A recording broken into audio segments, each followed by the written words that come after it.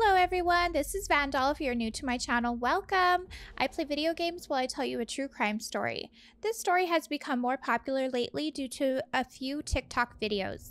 This is a story about two brothers, Lyle and Erik Menendez. They were convicted for the murders of their parents, José and Mary Menendez, in 1996. Listener discretion is advised. Their father, José Enrique Menendez, was born on May 6, 1944 in Havana, Cuba. He was great at all the sports he did, basketball, soccer, swimming, and he usually got first place. When José was about 15 years old, he was sent from Cuba to the United States alone. It was a hard adjustment for him, but luckily he had sports to turn to. He received a scholarship for swimming at Southern Illinois University. In 1962, he met Mary Louise Anderson, who would go by Kitty. Kitty was just a few years ahead of him at the university. She grew up in Chicago and she was a former beauty pageant queen. They hit it off and started dating. In 1963, Kitty graduated from SIU, and José decided to leave the university too when she graduated. He decided he was just done with school. He was only 19 years old, and they eloped and moved to New York. Kitty was a teacher for a little while, and José enrolled in Queens College in Flushing to obtain a degree in accounting. In 1968, they had their first son, Joseph Lyle Menendez. They called him Lyle for short. Kitty then became a full-time mom. They moved to Blackwell, New Jersey, and in 1970 they had their second son, Erik. Around this time, José got a job as a top executive at RCA Records. He signed a bunch of popular groups, the most popular being Duran Duran. The family moved into a $1 million estate in Princeton, New Jersey, and the boys attended Princeton Day School, a top-rated private school. José and Kitty set high expectations for the boys. They needed to be successful. They had to excel in academics and athletics, and they weren't the kind of parents that were okay with mediocrity. They wanted their kids to be the best of the best. Both Lyle and Erik were exceptional tennis players, and their parents invested in them for training and classes. Kitty never missed a game or a practice. It looked like they were living a comfortable and happy life. In 1986, José decided to leave the music industry and get into the movie industry instead, and they headed to California. In 1987, José started a new job working for Live Entertainment, which was a newly formed company, but it was failing. It had lost over $20 million in the previous year, and José was confident he could help save the business. He increased the profits by $8 million in the first year, and the second year he increased them by $16 million. He was promoted to CEO, and his salary was now $500,000 per year, with an added of up to $860 million in bonuses. So the company Live Entertainment took out life insurance policies on all the top executives, including José, and they were the beneficiary. The employees all had second policies that was worth $5 million, and they could have their family as a beneficiary on this one. At work, José was praised by the people at the top. However, people who worked around him didn't like him. He was aggressive and intimidating. He didn't hesitate to reprimand or fire anyone in the company that made even a slight mistake. He was also known for some shady business practices. He was also having several affairs with women that he worked with. Kitty made it a point to be as involved in his life as she could be. She insisted that she would go on business trips with him. He was once offered a letter of congratulations on his success as a Hispanic businessman. However, he was ashamed of his Cuban heritage and he was offended by it. He didn't want any of his colleagues to know about his past and where he came from. He was ashamed that he didn't go to an Ivy League university, and he was determined to have his kids go to one. So clearly, Lyle and Erik had a lot of pressure from him. At this time, their family was living in Calabasas. They rented a house while they were building their dream home, which was on 13 acres of land at the top of a mountain. It seemed like they had a picture-perfect life, the American dream. They had hoped that the boys would excel in school as much as they did in tennis, but that wasn't the case. They did more than average in school, but they were really excelling at tennis, especially Erik. He was ranked 44th in the nation for 18 and under players. Lyle was very protective of his younger brother Erik. They did a lot of things together. They were very close. They had a couple of friends, but they stayed closest to each other. Several people said they were a bit sneaky and aggressive like their dad. Lyle, the oldest, had a lot more pressure and expectations on him than Erik. His father would shame him about his physical appearance, and one thing he was very insecure about was the fact that he was going bald at the age of 14. His father forced him to wear a toupee. That's how concerned José was with their image. He didn't want his children to have any imperfections. And the boys were taught that money is everything in life, and being first place and being the most successful. But Lyle and Erik both struggled with confidence issues. Even though they were nationally ranked tennis players, they never felt good enough for their father. Erik started to struggle with it more as he got older, and eventually he started to rebel a little bit and started hanging out with the wrong crowd. Erik eventually started bringing Lyle around with them, and they all started hanging out as a big group. One time they were all hanging out and they decided they wanted to do something rebellious. They broke into a friend's home to steal whatever was in their safe. Erik, Lyle, and his friend stole jewelry, money, and everything in the safe. For them, it was about the rush of it all. It was the excitement. They obviously didn't need the money. After that, they decided to plan another break-in into a different house.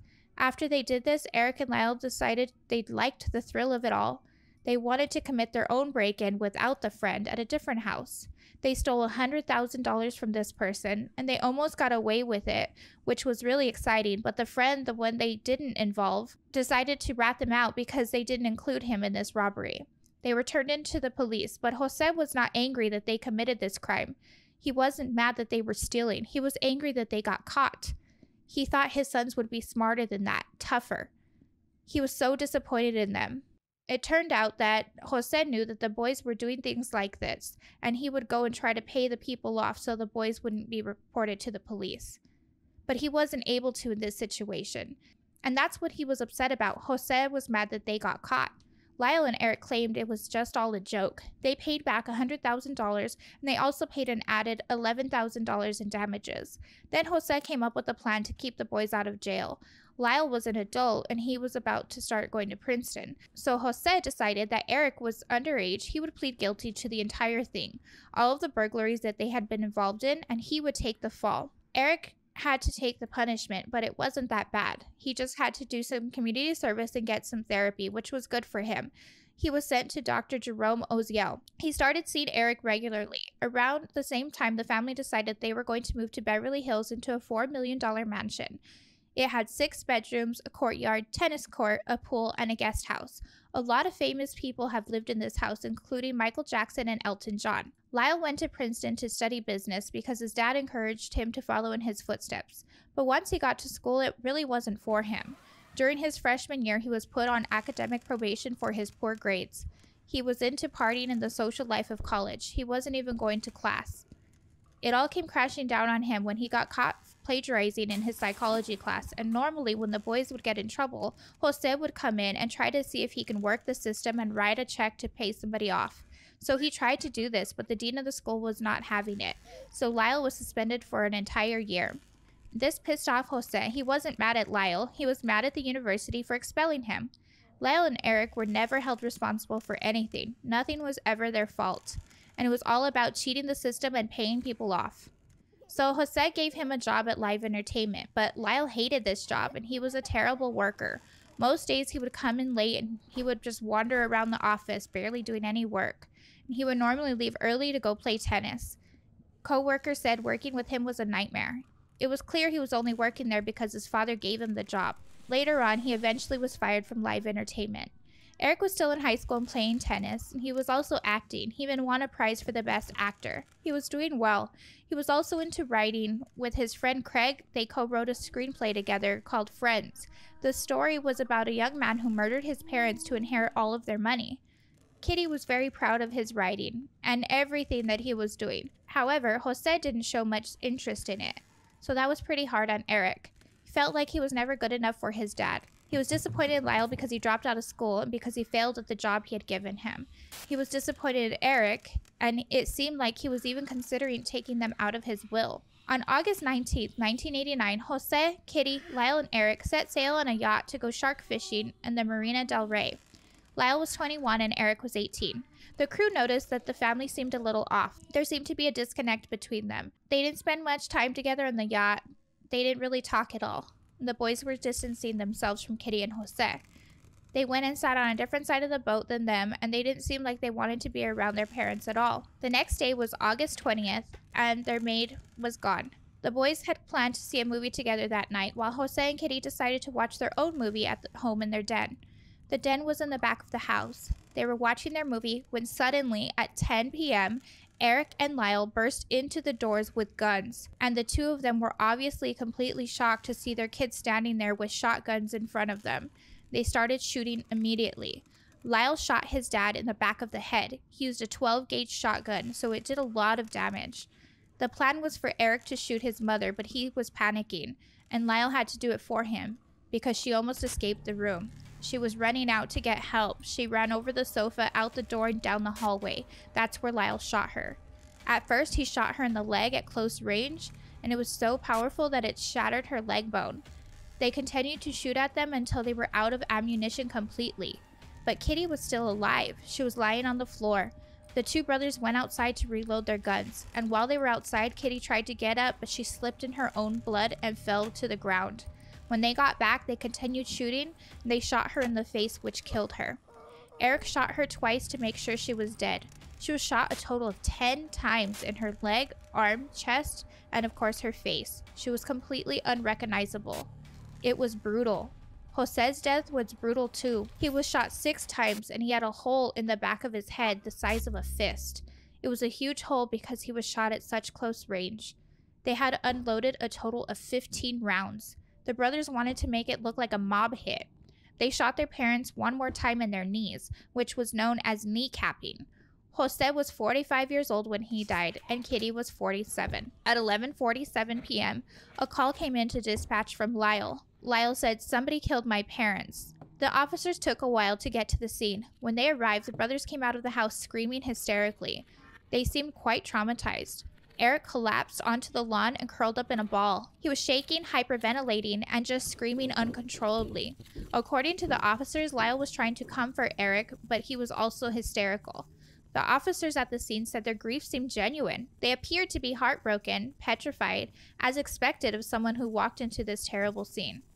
The den was covered in blood, the ice cream bowls were spilled, and their two bodies were there completely disfigured since they were shot so many times they were unrecognizable. The brothers said they had been at the movie theater.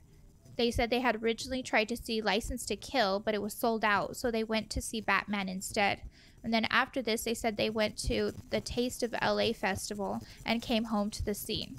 Police thought they were very credible. They believed their story so much that they didn't even test their hands for gunshot residue, which was weird because normally that's standard procedure for anyone who's in a crime scene or near a crime scene where guns are involved.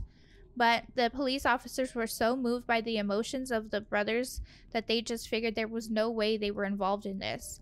This was some random hit, or possibly a mob related because of the kneecaps. And the brothers really pushed this story. They thought it made a lot of sense too. They said that their father had some connections possibly to organized crime. There were people out there who would want to see him dead, but detectives started to look into the mob theory a little more and analyze the crime scene. They felt like the mob theory just didn't make any sense. And one of the main reasons was that the crime was so messy, it looked personal. Normally, with a mob hit, they shoot the person in the head, do it as quickly as possible, leave little blood, but this was a bloodbath. They also figured that Kitty probably would have been kept alive because she wouldn't have been the target. They also considered that there were plenty other people that could have done this, that hated José and would be seeking revenge. In his career, he had belittled, humiliated, and fired a lot of people. They interviewed several co-workers and ex-employees, but nothing panned out. No one seemed like they were that angry at José. Plenty of people hated his guts, but not enough to kill him. And when people found out that José and Kitty had been killed, they were really shocked, especially about Kitty's murder, because she was known as a friendly, well-liked person. To everyone, she seemed like a loving mother and a devoted wife. Why would anyone kill her in such a brutal way? But no one thought that it could have been Erik and Lyle. The brothers were sticking to their story. They acted incredibly devastated and scared by the loss of their parents. They started living out of hotels right away, claiming that they were afraid that whoever did this to their parents would come back and kill them. They even got bodyguards and started wearing bulletproof vests, but they also started taking advantage of the money right away. They started spending their parents' wealth immediately. On August 24th, the day before the parents' funeral, Lyle bought 3 Rolex watches, and they both showed up to the funeral all dressed up. They were late, and people noticed that they were acting really odd.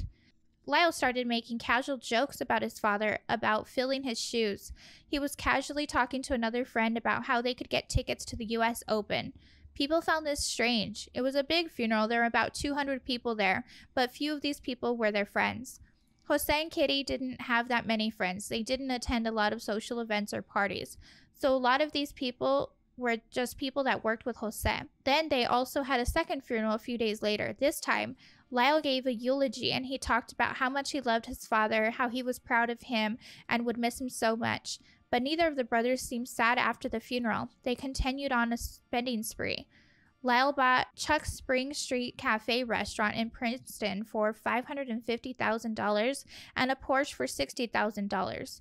And he was all about the new business life.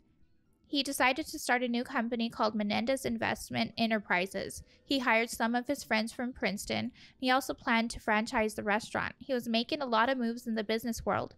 Erik was also spending a lot of money, but not quite as much as Lyle, but still a lot. He bought himself a brand new Jeep Wrangler, and he was now getting private tennis coaching, which cost about $50,000 a year.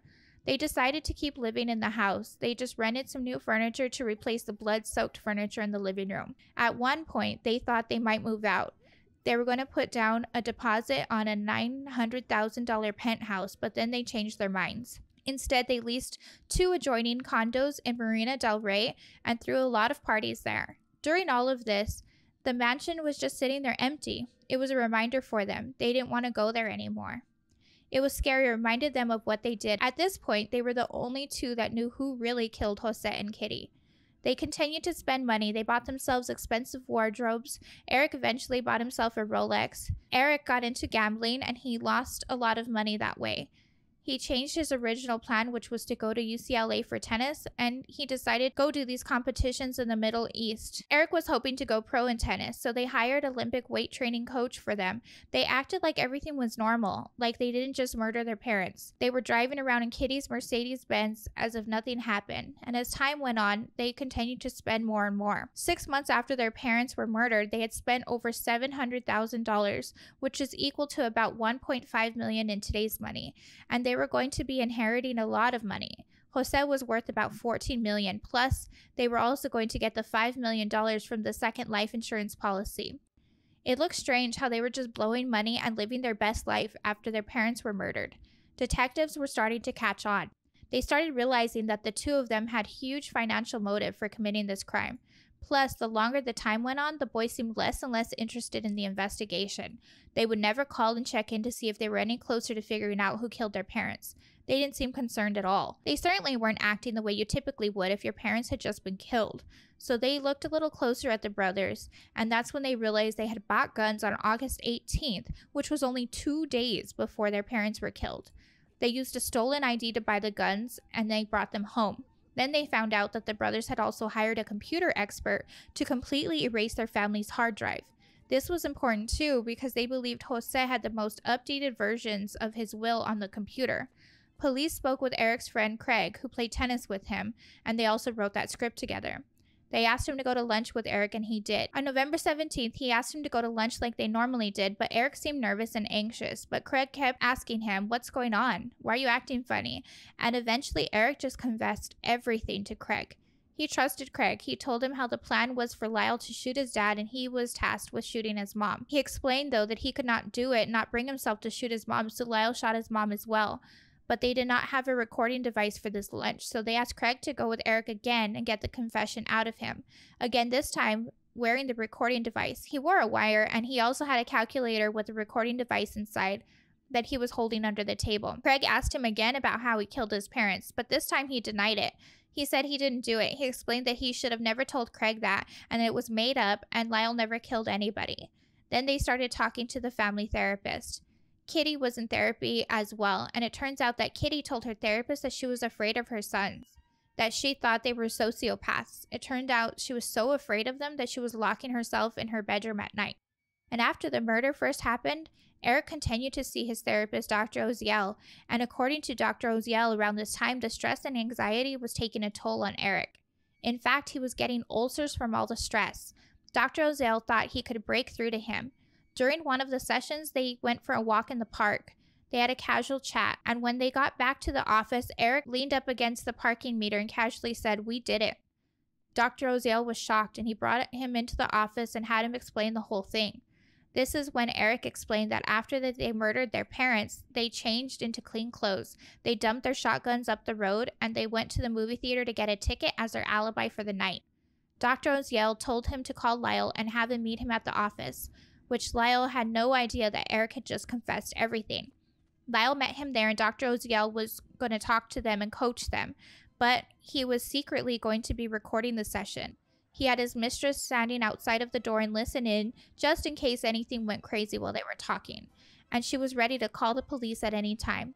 When Lyle found out that Erik had confessed, he was so pissed. They were supposed to get away with this. He threatened to kill Dr. Oziel if he told anyone. Instead of going to the police right away, Dr. Oziel continued to see the brothers for several more sessions. He recorded all of it. They would discuss the murders in more detail. The mistress went to the police and gave them the information Dr. Oziel was abusive to her, and she wanted to get revenge on him. So the police found out that he had confession tapes from the brothers and that they were the ones who murdered their parents.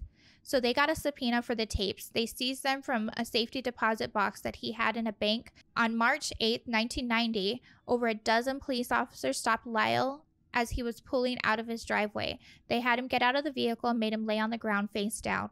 They handcuffed him and took him to the police station. At this time, Erik was at a tennis tournament in Israel. Lyle's attorney called him and told him to fly home immediately. He started to cry hysterically. He flew to Miami, where several of his relatives lived, and his aunt convinced him to fly back to LA and turn himself in. He surrendered at Los Angeles International Airport on March 11, 1990. They wasted no time. The charges were filed against the brothers the next day. During the arraignment, the brothers didn't seem to be worried. They came into the Beverly Hills courtroom in fancy outfits and they were smiling. They seemed confident. When people found out that the Menendez brothers had been charged with killing their parents, friends and family couldn't believe it. Some of their family members supported them. They sat in the front row at the trial. Their tennis coach sat in the front row, and even their grandma Jose's mother, and she always believed that the boys were innocent. At their arraignment, the judge explained to them that they were both being charged with killing their parents for financial gain, and that they could be facing the death penalty. Asked them how they pled, and both said not guilty. The defense and prosecution spent a lot of time arguing over whether the tapes that Dr. Oziel had recorded could be admissible in court. Is it fair game because they're murderers, or does it fall under doctor-patient confidentiality? The Supreme Court of California made the decision that 2 out of the 3 tapes were able to be used in court. One of these tapes had Lyle's confession on it. They decided that because Lyle had threatened Dr. Oziel's life, it forfeits his right to doctor-patient confidentiality.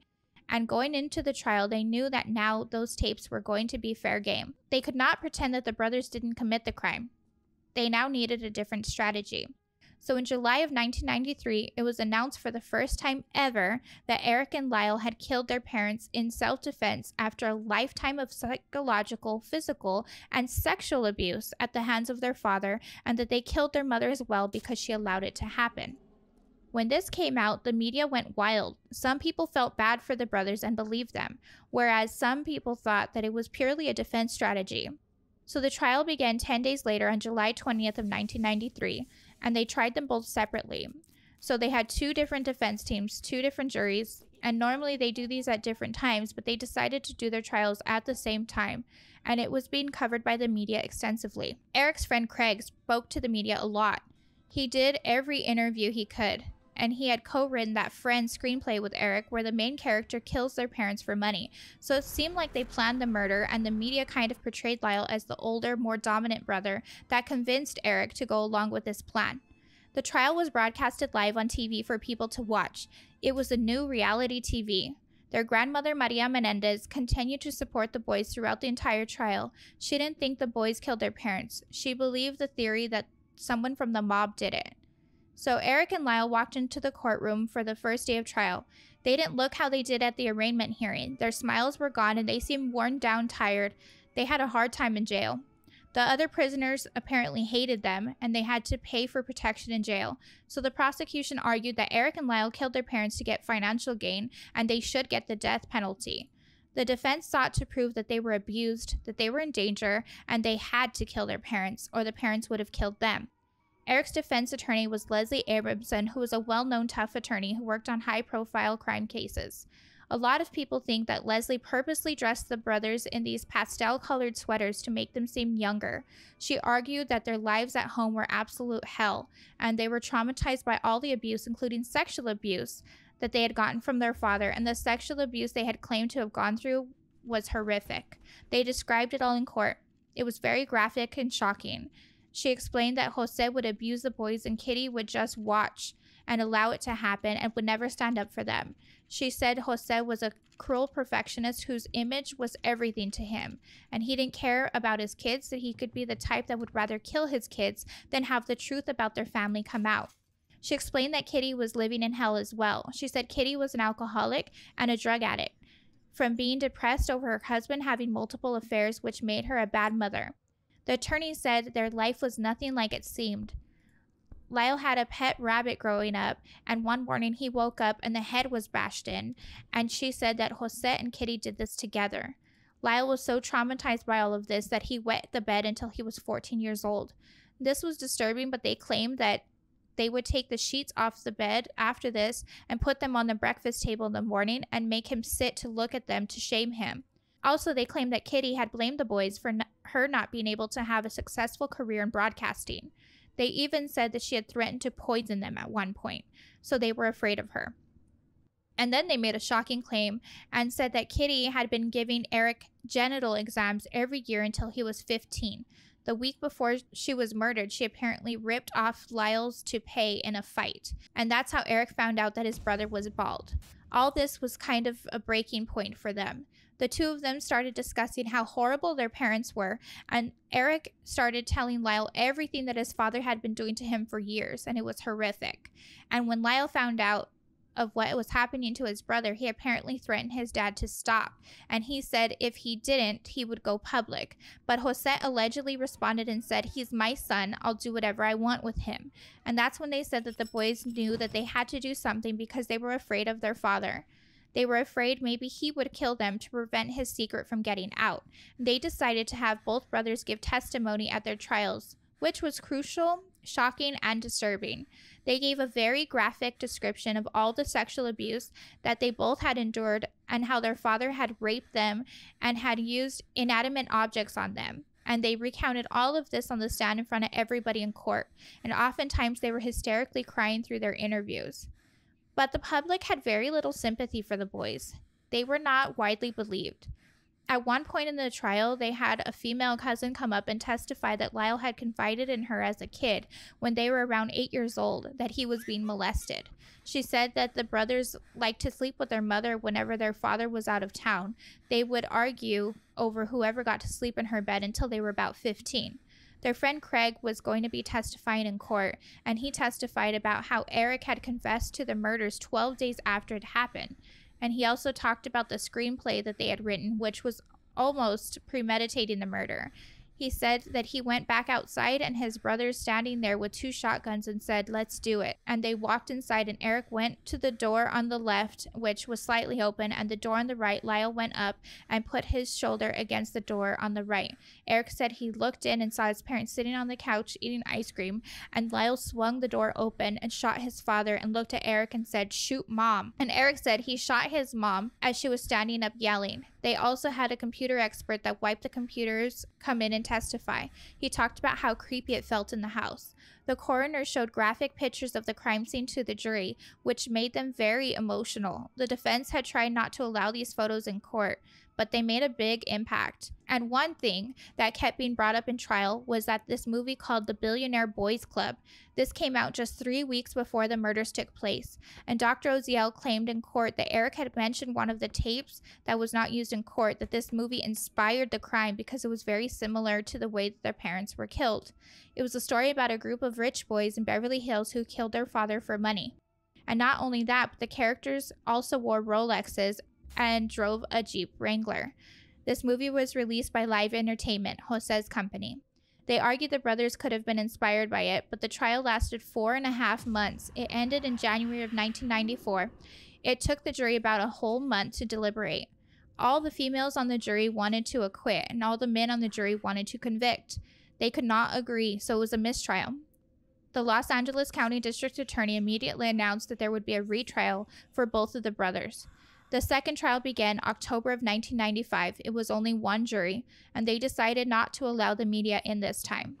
The judge decided for them not to be able to allow the sexual abuse talk that the brothers had endured. Other than that, the arguments they made were pretty much the same. It was the same trial repeated, but this time the defense went after Dr. Oziel and tried to discredit him as much as they could. They said he was a liar and a cheat and an overall bad guy. They claimed he was planning to use the recordings as blackmail, that he was never going to go to the police. Erik testified. It lasted several weeks. He called his father a killer. He was afraid of him and he thought he could have killed someone if he didn't kill him first. During the cross-examination, Erik lied. He said that they had bought pistols for protection 3 years before the murder, but it turns out the store he claimed to have bought them from wasn't even open at the time. And so the prosecution was able to ask the jury if he could lie about that, what else is he lying about? At this time, Lyle did not testify, and the jury deliberated for almost 3 weeks, and they found Erik and Lyle guilty of 2 counts of first-degree murder and conspiracy to commit murder. They were not going to move forward with the death penalty because Erik and Lyle had no history of violence, but they did not think that this was done in self-defense or that the boys were abused. The Menendez brothers were sentenced to life in prison without the possibility of parole on July 2nd, 1996. This is one of the most controversial verdicts of all time. The case is highly debated to this day. Lyle and Erik were separated and sent to separate prisons. On September 10, 1996, they were able to wave at each other from across the prison courtyard, and that was the last time they would see each other for decades, which was very hard on them. They were now considered maximum security prisoners, which means they're separated from all other inmates. They tried to appeal the outcome, but February 27th, the California Court of Appeal upheld their convictions. On May of 1998, they tried to get the Supreme Court to review the case, and it was declined. They tried several times to file habeas corpus petitions to review the validity of their convictions, but they were continually denied. 2005 was the last time that they were denied. Erik and Lyle both got married in prison. In 1996, Lyle married Anna Erickson, but then in 2001, Anna found out that Lyle was writing to other women, so she divorced him. Then he got married again in 2003 to a woman named Rebecca. Erik married a woman named Tammy in 1999. In 2005, she was interviewed by ABC News, and she said that their relationship was something that she's dreamed about for a long time. In 2005, she even published a book called They Said We'd Never Make It, My Life with Erik Menendez. In 2007, they did an interview with People magazine and explained that even though they were in separate prisons, they remained close. They couldn't see or talk to each other, but they were communicating through their wives. They were sending letters back and forth and would even play chess through their wives through the letters. They finally got to see each other again 22 years later in February of 2018 when Lyle was transferred to the same prison that his brother was in, when they finally got to see each other in person. At first, they were housed in separate areas in the jail, but eventually they moved them into the same unit. Now they get to spend time together in prison. A lot of their family members still stand by them to this day. Some family members have even spoken that they are absolutely sure that Erik and Lyle really did go through the years of horrific abuse at the hand of their father and that their mother let it happen. Do you think these two boys plotted against their parents to kill them for money? Or do you think they were abused and scared and killed their parents in self-defense? Again, this is Vandal. Thank you so much for listening. If you haven't subscribed to my channel yet, please do. I'd really appreciate it. And see you guys next time.